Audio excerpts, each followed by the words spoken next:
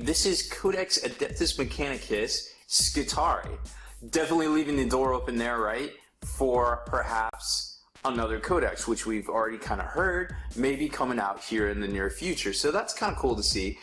This definitely being the precursor. We saw that with Codex Adeptus Astartes Blood Angels, so you never know what just might come out as far as Space Marines go either.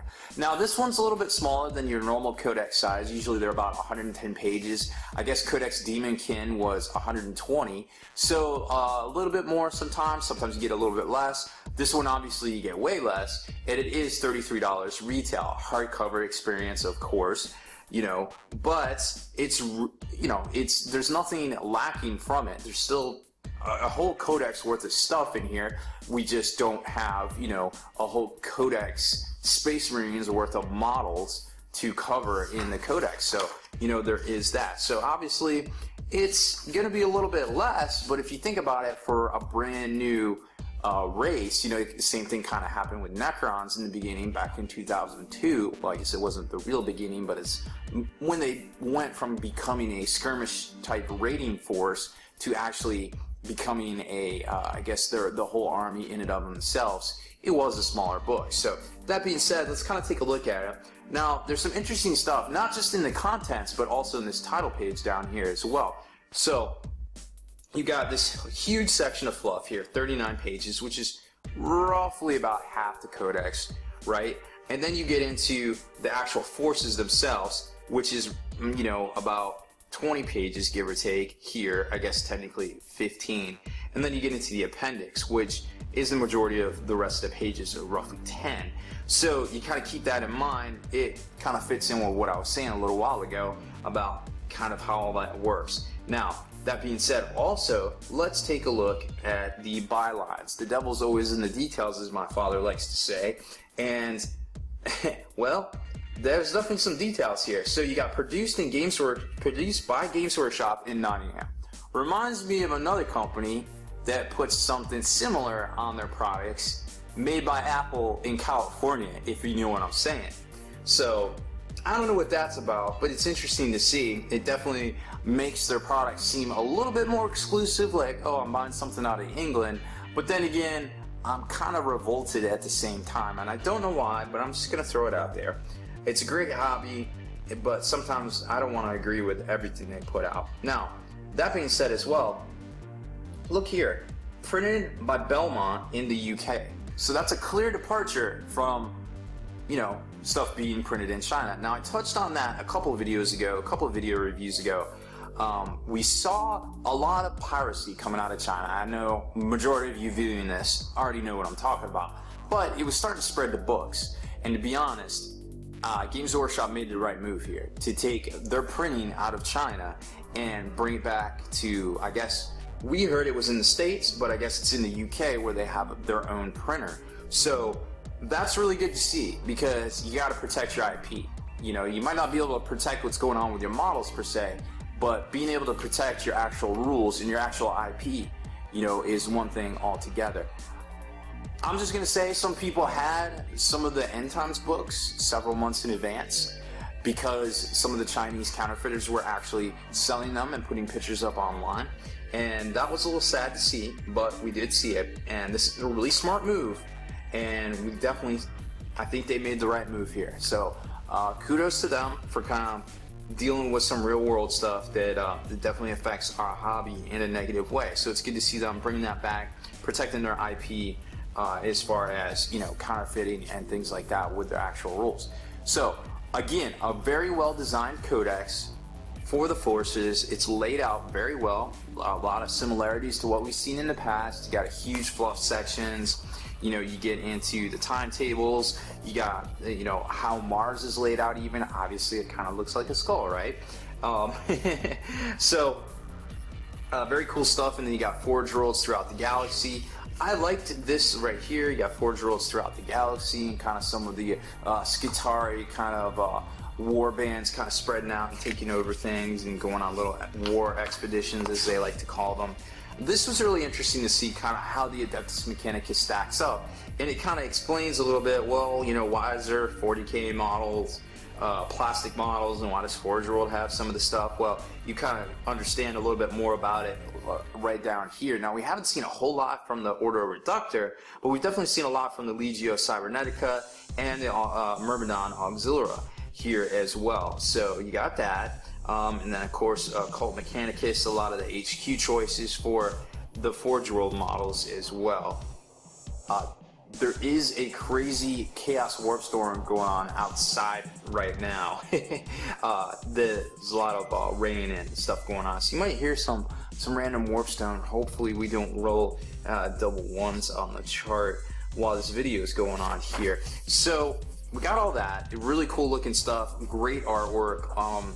You know, kind of gets into a lot of color schemes for this particular Forged Worlds, and all the Forged Worlds have their own symbols. So as far as fluff wise goes, this is really on par with a lot of Forged World stuff, you know, talking about the Dark Mechanicus and some of their, you know, Demon Forges and things in Imperial Armor 13. So that was really cool to see. Getting into the actual forces, normally when I start digging into a codex, I always start in the back. I look at the special rules and things like that. You know, that being the case, I'm just going to kind of take it in linear order here because we're not really getting into that a whole lot right now. But, you know, that being said, when we get into some reviews and stuff, hopefully next week we can fit it in, kind of get talking about it. It's very similar to Harlequins, where there is no HQ choice. It seems like these guys are built, obviously, for being allies with some other things. But that being said, they're very resilient, and they have a lot of options, and they have a lot of synergy together depending on what you want to do, and I'll try to touch on some of that here in this video as well. So you've got the Skitarii Maniple, which is basically how you organize your base forces of the Skitarii. 2 troops seems pretty reasonable, right? The troops are wonderful. I think they're great. They're great points wise. I think they're definitely great as far as the models themselves go, and as far as special rules, they're also very good. And especially with your ability to get some of these command benefits, like being able to outflank, you can also buy that piece of war gear as well. Preferred enemy, putting your HQ in a unit to get that, also very good. So we've seen a lot of the basic stuff, you know, spoiled. They were obviously in the White Dwarf before everything was in here, so I'm not going to touch on a whole lot of stuff, maybe just some like generalizations.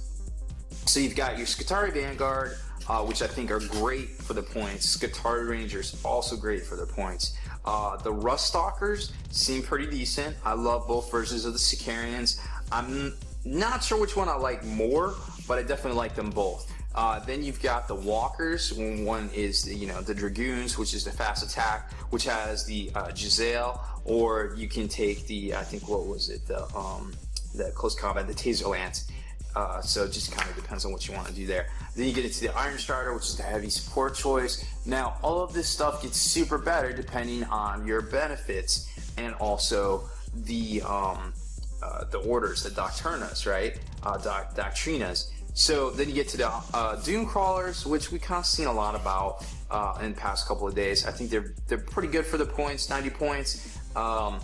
Being able to get that invulnerable save is definitely good, and they also have a couple other cool things as well. Then you get into the formations, which we talked about on the blog a little bit. We kind of saw some of the early leaks, touched on those a little bit. I definitely think being able to use these guys to bump up the leadership for using some of the Doctrinas, because those are good both offensively and defensively. Like if you're getting assaulted and you know your weapon skill is 3, like the majority of stuff in this book, maybe I want to bump up, you know, if it's a shooting unit, I would never think about bumping up the weapon skill, but maybe I just want to bump up the weapon skill. Maybe I want to try to hold them in this assault 1 turn more so I can get some stuff into position to be able to answer that challenge. For border control, for objectives, for whatever, breaking in the line. So maybe I'll bump up that weapon skill, make it harder for them to hit, maybe stay in turn, you know, stay in combat for at least a turn more, kind of thwart their plan. So I like the Doctrinas, both for the ability to go on the offense and also go on the defense, you know, in that regard. Also, if stuff is like weapon skill 2 and your weapon skill 3, you get the one that bumps up +2 weapon skill. Now you're double +1, So it's like, oh my, you're hitting on 6s? Or, well, it just, I guess it just depends there, but majority you're going to hit on 5s. You know, so it's, a lot of stuff can get, like, scares, for instance. You know, nobody wants to get hit by them 4 attacks each, but if you can thin it down to hitting you on 5s, that's really good. So just you keep that in mind when you're playing these guys, even if you would never think about giving, like, the Rangers the plus weapon skill, you know, a bonus, maybe you would just to help in combat, just for the fact that yes, they will die, but they will die a turn later, and maybe that'll help you. So there's lots of uses for these things. I like the slaughter sprint, being able to do a run and also assault. Very cool. It's very Eldar-y. Guess it makes sense given their disposition of their legs, and also the special, you know, Dune Stalker rule as well, the +3 to all of their movements, which is kind of really good, in my opinion. I definitely think the Skitarians are, even at 2 wounds each, are definitely worth more than a second look, in my opinion. So there's the whole army laid out for war. Now let's kind of talk about some of these. You've got the Doctriners right here. So you've got the ones that are shooty, the ones that are assaulty. They're all pretty much, they're one use, they're very similar to Space Marine chapter tactics, but keeping that in mind, you've got the gimmies, you know, the +1s, then you've got the 2 -1, and then you've got the 3 -2. They're pretty much standard, whatever you do here. One use only, you know, definitely never forget to use these. You use them in the movement phase. You obviously, if you're in assault, you still get a movement phase, so don't forget to use them. Like I said, to, you know, slow down the enemy or bump up your combat ability if you do find yourself in combat there. Not going to go over the weapons a whole lot. They're all very good stuff. I'm a super fan of the galvanic rifle. I think it's really good. The arc weapons, also pretty cool in my opinion. I like the 3-shot weapon that the Skitarians can get. I think that's pretty cool. Being able to infiltrate and blast fools with a, you know, weapon skill 7, getting your rerolls is kind of really good, I feel like. So there's really cool stuff in here. It all works well together, and it can all work well together depending on how you want it to. And that's why I feel like sometimes taking the formations and things to bump up the leadership, taking the extra war gear to bump up those leaderships as well, definitely helps you to infiltrate skulls. Also giving you the acute senses. It might be an auto-include for, you know, if you're planning on infiltrating. Really good buy right there, I feel like. The enhanced data tether also works well for doing the doctrines. Very cool stuff there. So conversion field is kind of LOLs, but definitely worth taking, depending on who you can throw that on. And you can do a little bit of kind of throwing your guys out there depending on who has it. I believe it's sergeant only, so you can kind of just be like, yeah, let me throw him out there and let me kind of see what's going on and kind of work the angles and things like that. So remember, these guys are allies with pretty much Codex Imperial. So there's the ability to kind of pull some shenanigans, and I think the biggest one will be with the Skitarians being just so daggone good, man. They just seem very well-rounded. They seem like that perfect mix between an infantry unit and a Terminator. They seem very well right now, and I'm not exactly sure how to throw them on the tabletop and in what form and what exact tactics, because they're just so hybrid and so middle of the road that they just seem to be that good that I just don't have a lot of opinions on them right now. But I'm definitely searching for that. Trust me there. I like some of these relics, I really do. But some of them kind of suck as well. So we will see some of these. We'll definitely go over this more in depth in the near future. Tactical objectives, everybody always gets their 6, and they're right there. And then you get into the index, which shows you just the overall profiles of the ranged weapons. Obviously not a full release, don't have that many models. Hopefully in the near future we'll see a lot more. Probably a supplement at first, but hey, it is what it is. Maybe this is a supplement, we just don't understand it yet. It's really hard to say. But for now, we have a book, we have a new army. It allies with a lot of stuff. I imagine that we will see a lot of these on the tabletop just for the fact that they're really awesome hobby. They're a fan favorite model kind of concept, and the first full-blown release of a new army kind of initiative in a very long time. So it's really cool to see. Kudos to Games Workshop for making a lot of the right moves, I feel like, with this book. And I'm sure we will vote with our dollars here in the next few weeks. I'm sure they're going to sell a lot of these kits and a lot of these books. So that's about it for this one, guys.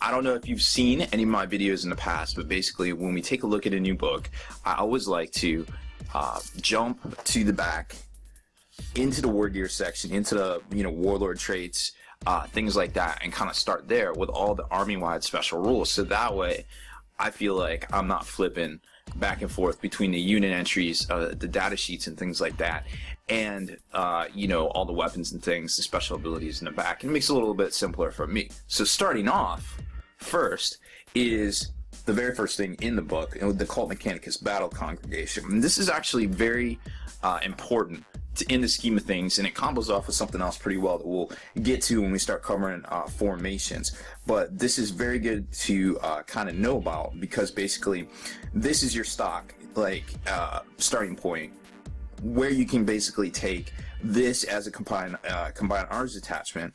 And the important thing to remember here is that this divine chorus lets you do 2 canticles of the Omicide, and you're going to really see how important these things are here in a minute when we start going through the book.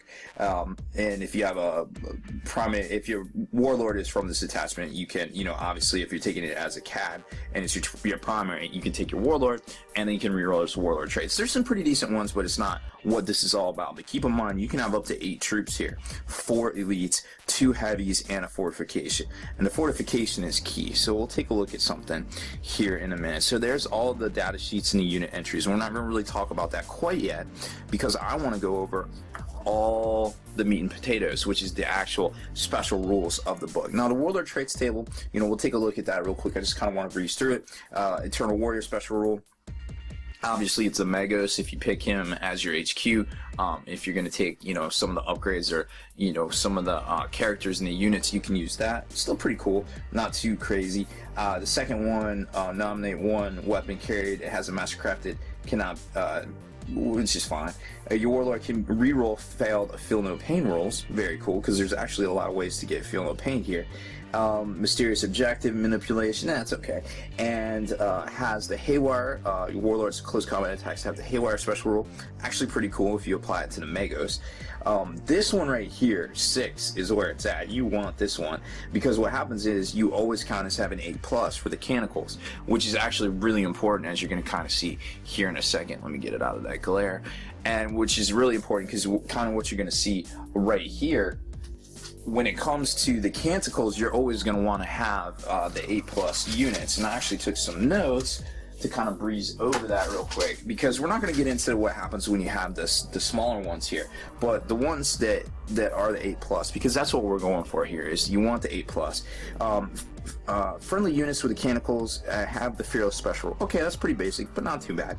And remember, you can only do these once per game. Now, the thing I just showed you at the beginning, shoot, I already forgot what it was called. The Battle Congregation Detachment lets you do it twice if you take that, so keep that in mind. Now we're going to go down the list here. Now, Lineage of the Necromancer. At first look, this doesn't look that hot, but then let's take a look at it. 3 strength 4 hits for each model with the canticles, special rule, are locked in combat. Resolve that initiative 10 step of the fight subphase. Wait, what?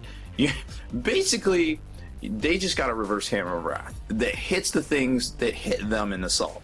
Okay, and they get 3, so they basically get to fire like 3 bolter rounds minus the AP in combat. It's something that assaults them. It's, the last time we saw manipulation like this was like rag grenades, psychotrope grenades, with Inquisition, proved to be very effective. Well, this is very effective too, and we're going to get to that, because this excites me. This was done to me, and let me tell you what, I lost some serious heat to this effect, comboed off with some other stuff, and man, I tell you what, there is super potential here for competitiveness, for casualness. It's basically everything Tau wishes they had, but don't have. and we'll see why here in a few minutes. Then you got this one here, which lets you reroll all failed to hit rolls when making close combat attacks. Kind of effective, not dedicated close combat units in this list, unless I guess you take the stuff with the arc claws, you know, the breachers, or you want to take the robots. I suppose the Dominus is pretty good, but nothing super dedicated. Maybe the Electrostab guys, but man, I'm just not putting much stock in them. We'll talk about that too. Shroud Spawn, Shrouded and Stealth special rules help stealth get across the table, which may be something that really helps out some of the Electro Priests and of course Colony Priests. Then we got this one here, which +3 to the streak characteristic can be useful. Not 100% always useful and not my go-to, I would feel like in this. Canticles and Homicide, reroll failed to hit rolls when making shooting attacks. So keep all these in mind. You got reroll hits in combat, reroll shooting attacks, stealth and shrouded, fearless. This one here that gives you +3 strength. And then there's the one that's the reverse hammer of wrath. Keep these in mind. We are going to refer back to these a whole lot because there is some silliness going on with these right here. Alright, so then we're going to get into the weapons. We already burned a lot of time, so we're just going to kind of go through them a little bit quick, but still kind of try to cover the main points. And we might skip over a few things that aren't too exciting just for time's sake, because nobody likes to watch a 20-minute video, so I'm going to try to break these apart for you guys and make them a little bit more digestible. First off, you got the Electrostatic Gauntlets. They're pretty cool. 2 shots at range. They're kind of like an Eldar Guardian, but with a little bit more punch, I guess. They're still toughness 3, still strength 3. School's still out on those suckers. I don't know what to think of them, but there's some ways to make them more effective. Eradication Ray. The Dominus can get this pretty effective. Check out the stats. You know, strength 8 AP1, 6-3 blast, depending on range. Gamma Pistol. This is Pimp. This thing is what everybody wishes they could walk around with. Strength 6 pistol with armor bane. Right? So it's basically a plasma on crack with no drawback. Cool. Yes, I like it. Heavy arc rifle. When used in mass, these things are super devastating. Whether you need to take them in mass with the breachers is questionable, because there's other ways to do cool things with them, and we'll talk about that probably in the next video when we get to the actual units themselves. But strength 3, AP 5, heavy 2, haywire is the key here, folks. Haywire. So definitely does a lot of work to vehicles, but then when you start doing some things, some other manipulations here, strength 6 ain't no joke, and if you get 2 shots and you can take a lot of these things, they can do some work. Heavy grav cannons. Holy crap, our Centurion's jealous. What is going on here, right? Range 30, better than Centurion. AP, okay, fine. Salvo 4-6, concussive graviton. Better than the Centurion. What is going on here? Oh, they have a 4-up save. That might have something to do with it. So keep that in mind. They're still very good. They still can be taken in mass. We're going to show you some ways to combo these guys and make them super effective. Flamer weapons. I'm just going to talk about the Cognos Flamer because this thing's going to factor into some other stuff here. Strength 4, AP 5. It's a 5-point upgrade on the destroyers. But here's the kicker. When you're doing Overwatch with these, you get 3 hits. So keep that in mind. We're going to talk about some more combos later. It's 3 hits at strength 4 in Overwatch. Remember that canonical we just talked about? Where you get 3 hits, strength 4 at initiative 10. Now you're starting to see a little bit of a combo. Because we know you're going to get assaulted with these guys. There has to be some layered defense. That's step 2 of the layered defense. We'll get to the rest here shortly, because I definitely want to show you guys that. Macro Stubber, meh. It's I think that's the weapon that the little tech priests have that run around with the robots and babysit them. It's pretty cool because it's burst, but it's average. But it's burst, so it fires 5 times. Still cool. Phosphor weapons, I like them. I think there's definitely some cool combo opportunities here. They have a really good one, the heavy phosphor blaster. You can take this on multiple things. The Lumigen is where it's at because it lowers cover saves by 1 if you get a successful hit in. Not so effective on some of these weapons here. Super effective on this weapon here. Drawback is you have to take a more expensive point unit in order to do it. We'll talk about that. Plasma Culverin, kind of cool. Obviously, really good. Blast gets hot. Heavy 2. Basically, it's a plasma. You know. We'll talk about that. Torsion Cannon. I like this. I like this one. It's strength 8. It's got the gravitonic contortion, where basically if you get through and you punch, which you probably are going to do because you're strength 8, not only are you AP1, so it's going to be +2 to the chart, but you're going to make them lose D3 hull points. So if one shot gets through with a torsion cannon, you have the potential to really do 3 hull points on a vehicle. There's not many vehicles out there that have more than 3 hull points, so keep that in mind. They're not pricey. They're pretty good. You can take them in mass. There's definitely some combo opportunity there as well. Volkite Blaster. Wow. Basically, they imported this from 30k. Defelgray is an amazing mechanic. I'm very surprised that we saw this in 40k, because it's basically the pistol that the Dominus walks around with, and it is straight gangster. There's no other way to say it. So, you just have to be super careful with it, with the guy, obviously, but you can really do some damage here with the Volkite Blaster. We didn't really expect to see that in 40k, so it's really neat. Melee weapons, average stuff. You got the Electro Elite staff that's +2, kind of cool. It's got the instant death possibility there. The Hydraulic Claw, very cool, +2 strength, unwieldy iron grasp. So it basically gets a smash attack. The Art Claw is what it comes with normally. These are the breachers, and the Dad Spike is okay. It's kind of like a thrown at this point. The armor, we've kind of seen that. Nothing really to phone home about. 2+, 3+, 3+, or 4+, depending on what you take there. There are some opportunities to improve the Battle Hide in battle. Then you get the special war gear here. I like the Info Slave Skull. It's pretty cool if you can get some infiltrates and outflankings off. The harness is very cool. It obviously comes with the Dominus. Really interesting kind of mechanic where the Dominus is pimp. Like, he'll straight heal stuff and do different things, so we'll talk about that. Digital weapons, obviously we've seen that in the past. Conversion field, it's worth taking than not taking. Refractor field, obviously worth taking and not taking. Scryer Skull, kind of helps you with mysterious terrain. I don't play with it a whole lot. I actually forget about it. It's just one more thing to add to the game that's just complexly level ridiculous. I kind of stay away from a status field. Not sure if it's worth taking. 2+ invulnerable, but there's obvious drawbacks there. And the Voldegeist field, it might be good for those guys running out in the open, but you already have the ability to get them stealth and shrouded, maybe pop it off twice. So I feel like when you combo this up, it might be effective. Haven't seen it on the tabletop. Not exactly sure what to say about it. Okay, so now we get into the special equipment right here.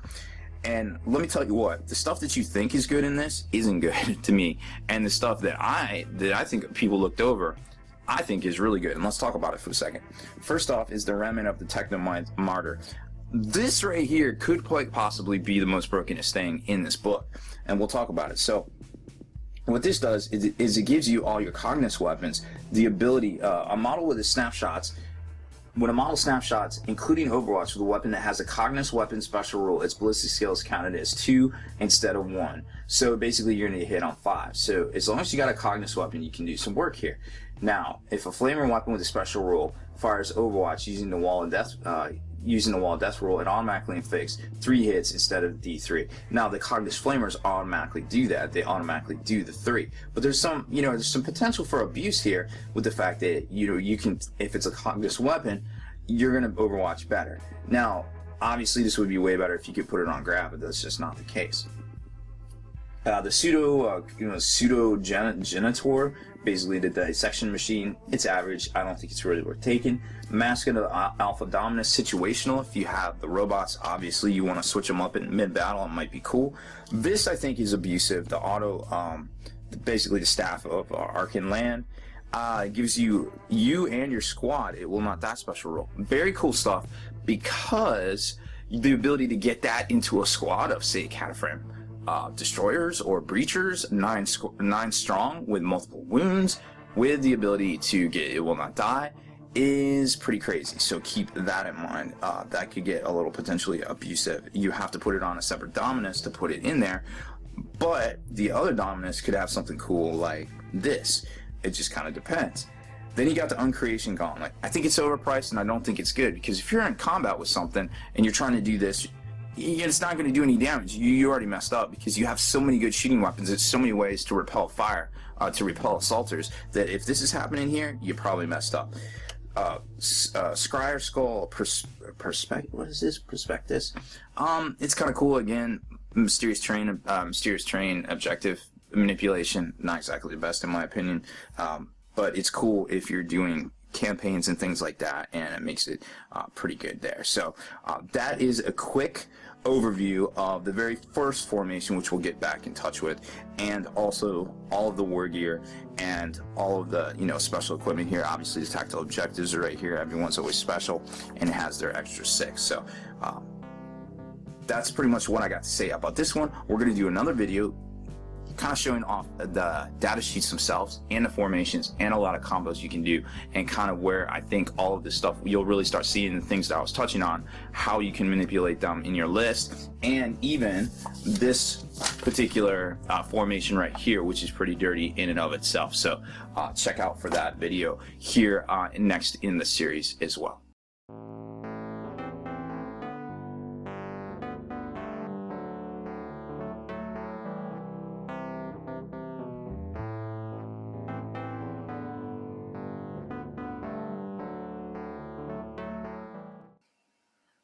Okay, so welcome back to the Cult Mechanicus Tactics. This is part 2. If you haven't seen part 1, you might want to check that video out before you watch this one. We're going to start with the data sheets and kind of move forward into the formations and such. If you can't stand to do things out of order, maybe head on back to the YouTube channel and check out the first video. However, they're not really particular in any order, and you can watch them, of course, any way you want. It just might make more sense the other way around. But that being said, let's take a quick look at the data sheets themselves. Now, just as a quick refresher, this is the formation in the front of the book. This is your standard CAD for them that you can take. That gives you a poop ton of troops right here. 1 HQ fortification, 2 heavy support slots, and 4 elites, and the ability to do 2 canicles. Now, we talked about the canicles in the last video, and how important they can really be to doing a lot of combos. So first up is the Tech Priest Dominus, and here's the upgrades and things you can take for some of the guys themselves, and of course most of these can fit on the Dominus. For 105 points, he's actually probably one of the best, probably top 3 best HQs in the game. He's definitely giving Coteas a run for his money. He has a ton of upgrades here, plus the fact that he just makes squads like ridiculously better. He fixes anything on a 2+, and that's weapon destroyed, immobilized, hull points, you name it, master machines. He's a true pimp when it comes to fixing machines in the far future. So as far as war gear goes, you can switch out his Volkite Blaster, which is kind of average. The Volkite ability is actually pretty good, but the ability to take the Eradication Ray, which lets you basically blast them with some AP2, a large blast, or strength 8 AP1 straight shot, is pretty good. Whether it's worth the points, it remains to be seen, but depending on your build, you might want to take it. You can also take the replace the Macro Stubber, which personally I think kind of sucks, with the Serpentia, which I believe is actually pretty good. He's got the higher, well, I guess the normal ballistic skill for kind of an HQ, but the ability to, get that phosphor round off, or Lumigen, and then negate the cover saves of the enemy is actually pretty good when you're going to blast him with some other stuff, right after that. Of course, he's got the Canicles of Omicide Special will Feel No Pain, which will convert it to squad. So if you put him into a squad of Cataphrons, awesome. Scryer Skull kind of helps out with a few things. Refractor Field gets you an invulnerable save. The Harness actually lets you shoot the 2 weapons, which is pretty pimp. Then he's got a Power Axe, awesome.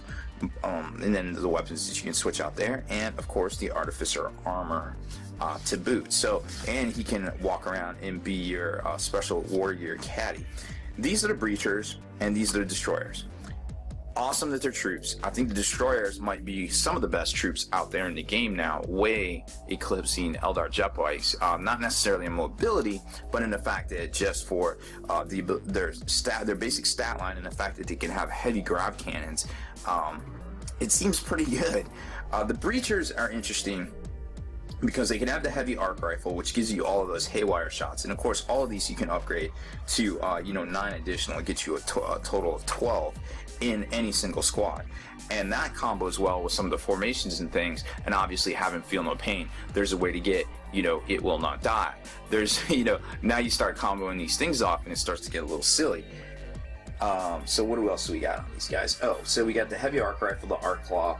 Basic combat, you can upgrade it to hydraulic claw, which will give you that ability to smash attack, which is kind of neat. Now these guys also can get the torsion cannon, which is strength 8 AP1, and anytime it punches through the armor, it does D3 extra hull points, which is really interesting because it's already AP1. So if it's punching the armor, it's going to do its result, which is really good because it's going to be +2 to the chart because it's it's AP1, of course, right? So that seems really good. Now getting these guys the ability to ignore cover is kind of where it's at, and you can do that by reducing it using the Lumigen, which you can use from the robots in the background there, also for the Magos, and you'll see some other tricks in the formation here too. Cataphrone destroyers, awesome sauce. They come stock with the Plasma Culverin, obviously, and the Phosphor Blaster. Now the Phosphor Blaster is also a thing that has the Lumigen, but if you want to be a true pimp and upgrade your Plasma Culverin with the heavy grav cannon, you actually still get the Phosphor Blaster. Okay, so you can switch it out for the Cognis Flamer, which would give you those 3 guaranteed hits in Overwatch if you don't want to use the grav cannons in Overwatch, which, I mean, it's kind of 6 a dozen to another, kind of depending on what you want to do there. If you want to get the volume of shots, you're going to want to use the Cygnus Flamers and upgrade for 5 points. If you don't, then you want to use the grav cannons. Or you can't use both, because remember, they don't have the gunslinger rule and they don't have multi-track or anything like that. So they have to pick and choose. Maybe having the extra 5 points, and I'll show you a way to get those extra 5 points perhaps, and give you those abilities, is really clutch when it comes to actually the enemy assaulting you.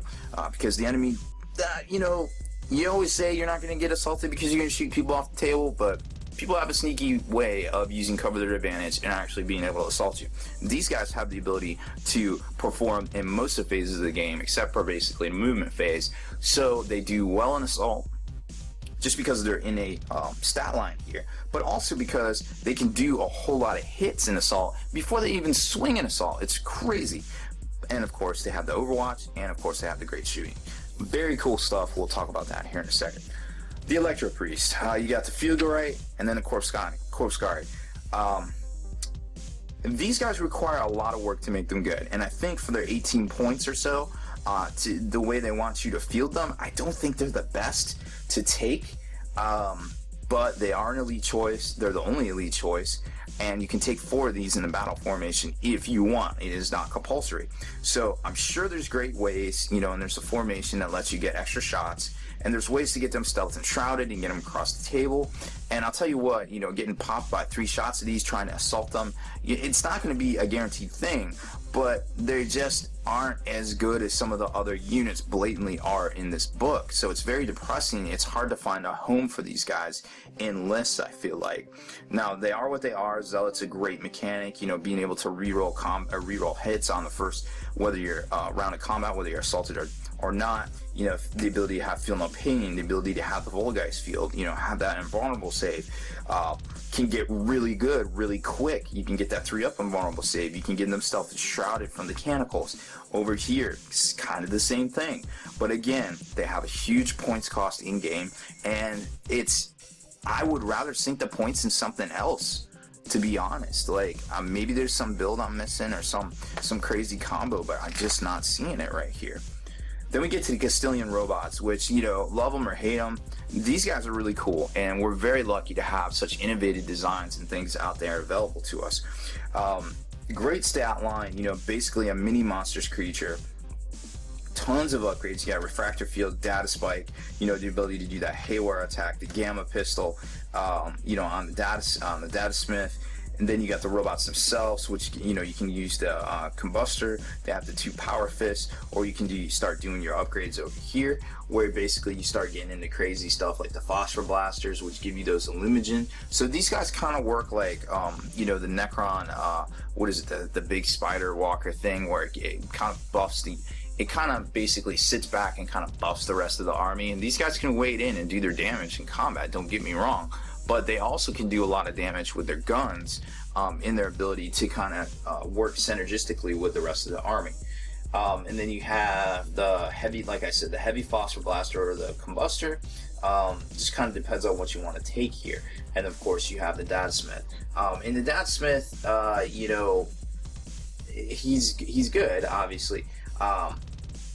Oh, and the ability to get that really good invulnerable save too is pretty cool. So, you know, the data smith's good because you can take some of the special war gear and things, but you can't exactly attach him to anything because he's only a character unless the robots die. So you just want to be careful with that. Now, the cohort cybernetica is a way to really beef up having a squad of those robots. I think fluff-wise, it's really cool, but I think effectively on the tabletop, not exactly the best way to go about it. So we're just kind of gonna gloss over that one. The elimination maniple, though, let's talk about that for a second. So you've got these guys, and we know that they help lower cover saves because they have those phosphor rounds.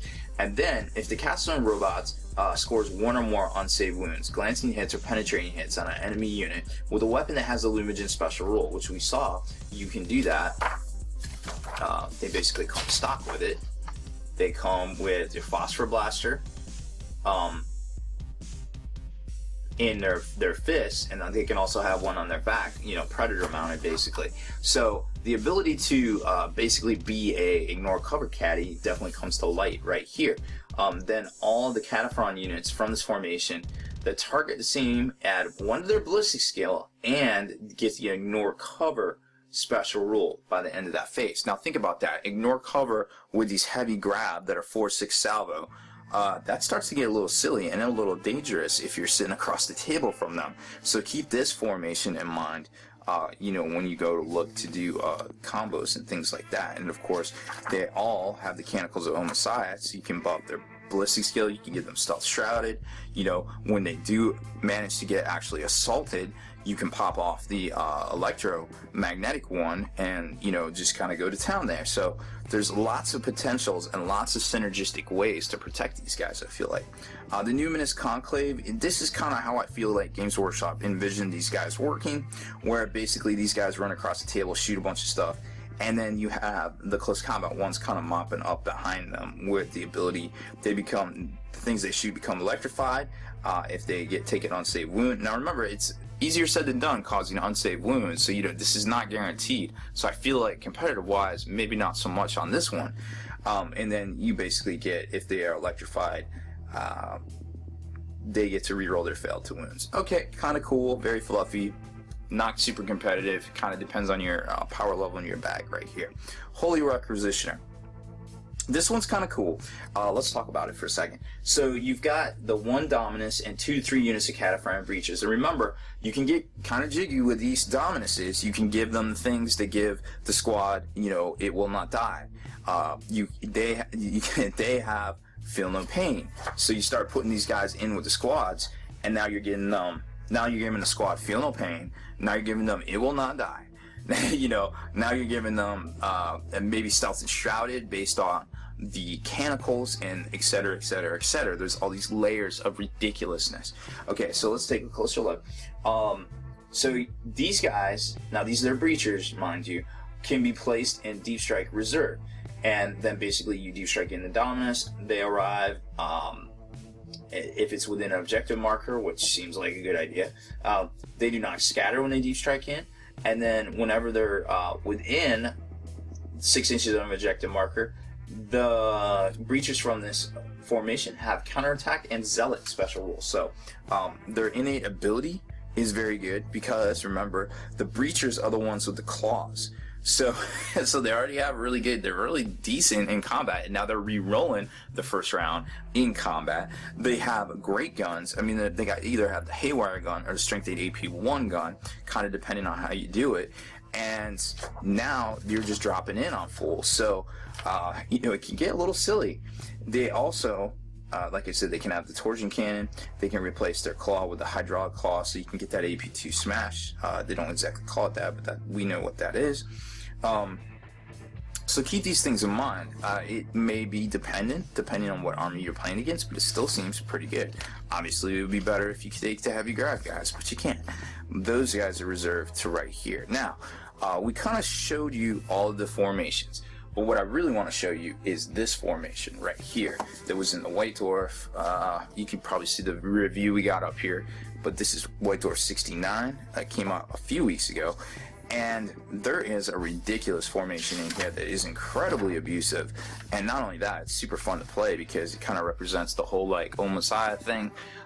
Let's kind of talk about it. So if you take a Battle Congregation Detachment, and that's the one that's right in the front of the book here. So your normal 1 troop, 1 HQ, 2 troop basic, and that gives you the double Canticles of the O Messiah. Very cool stuff. 1 Skitarii Battle Maniple from the CODEX Skitarii, which I don't have handy, but we will get to that here in a second. And then 1 Knight Oathsworn. Remember, Oathsworns are the ones that are basically similar to this. It's their combined arms detachment that lets you just take a single one. You can't take the cool heirlooms in the back, but he can take the AA gun, he can take the Melta upgrade, he can take, you know, kind of the normal stuff, the rocket pods and things like that. But not only can you take them, but you can take them for free. Because read these special rules over here. All units that have the Canticles of the O Messiah, well, this is the kicker right here. All units in this formation that have the Canticles of the O Messiah special rule, even though they do not have it. So basically, if they're not Cult Mechanicus, Skitarii isn't, Knights aren't, they basically have Canticles of the O Messiah. Now, we talked about how ridiculous these things are.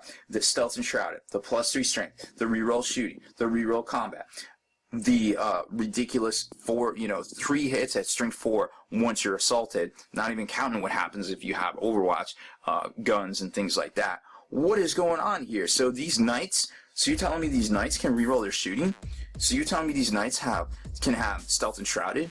So you're telling me all of these ridiculous guys up here with all of these Skitarii, with all these weapons, with these arc rifles and these crazy things, they're going to be getting across the table with the Stealth and Shrouded. They're going to be shooting. They already have the super high ballistic skill.